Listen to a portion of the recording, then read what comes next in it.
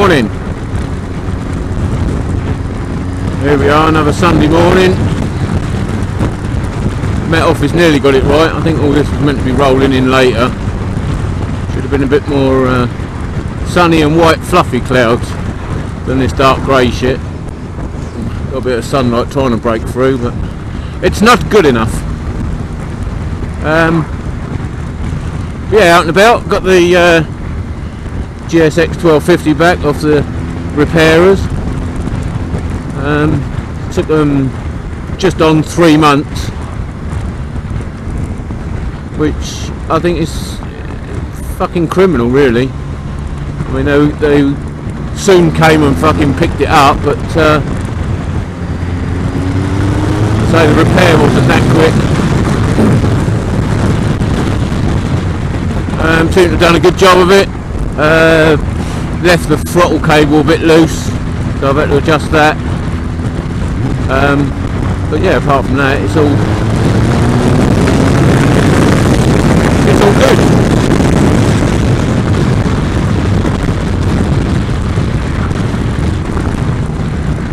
Yeah, just been watching Adjrian Nickelodeon of Sydney fame,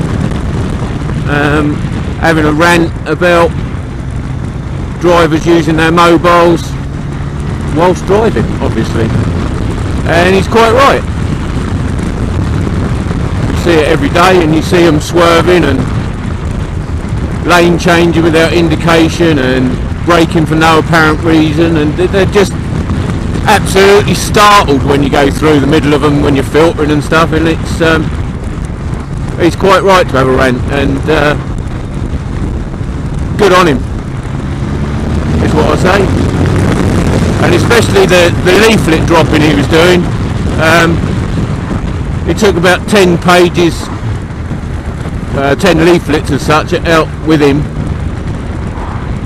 of a news story of an elderly couple that were hit by a teenage woman, I think it was, who was on the phone not paying attention, and apparently she didn't start braking until after she'd hit them, which is quite disgusting, really.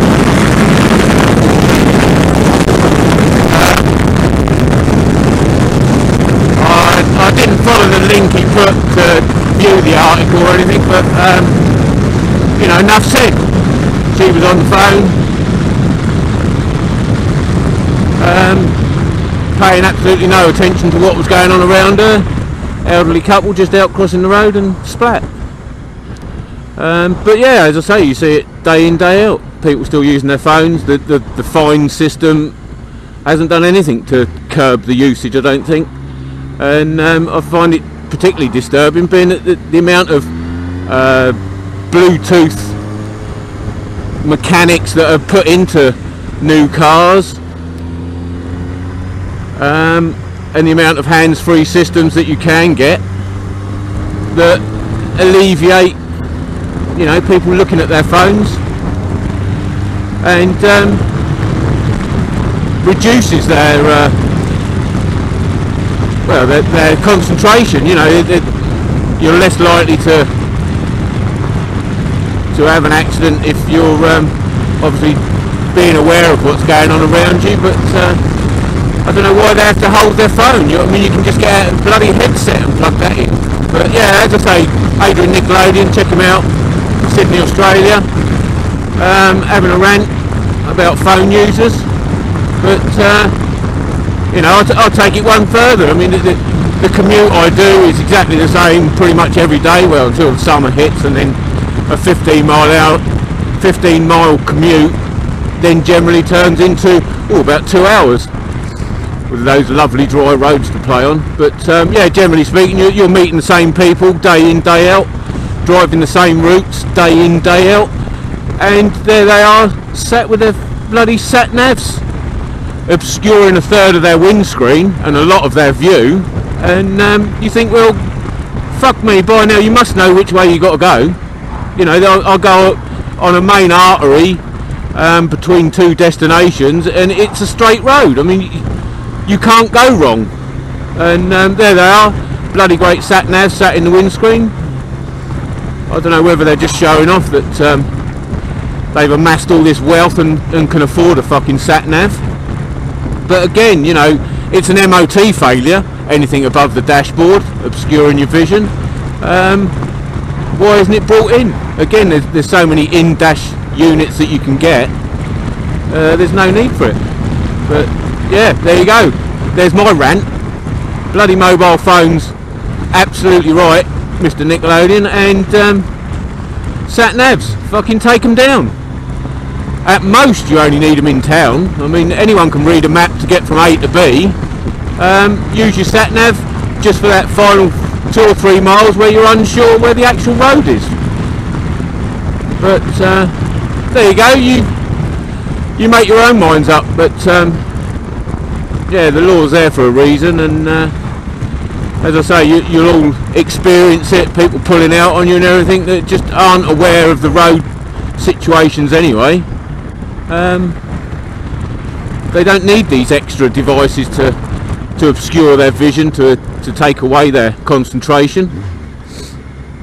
I mean, I read an article, Land Rover and Jaguar, I think it is, are bringing in a new system that warns you with audio and visual aids, plus there's a little mechanism that comes out the back of your driver's seat and prods you in the shoulder depending on which side the hazard is. And I think, well, yeah, all well and good, but initially shouldn't you be looking in the bloody mirrors to start with?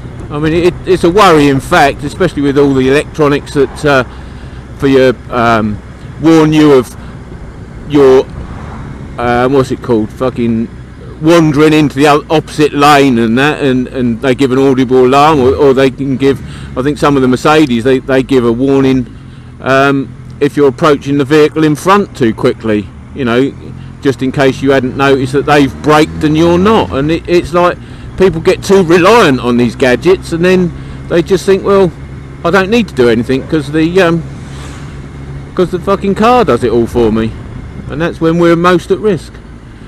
But there you go. On the flip side of that, us blokes like our gadgets. We like our toys, we like our electronics. But safety first and all that. So you be safe out there, kids. Ride safe, drive safe, walk safe, bank safe, floor safe. Be safe. That'll do. Catch you later.